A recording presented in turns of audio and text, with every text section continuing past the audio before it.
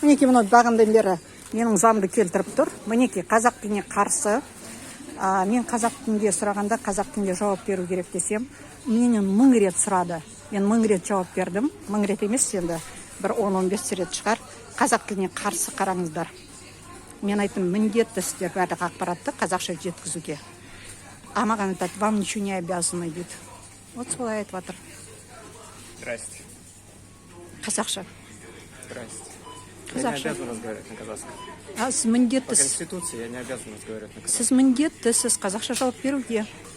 Ұқтыңыз ба? Мінекей осындай басынушылық, тұтынушылар заңы бойынша мына бір кісі барлық ақпаратты қазақша бізге жеткізуге міндетті.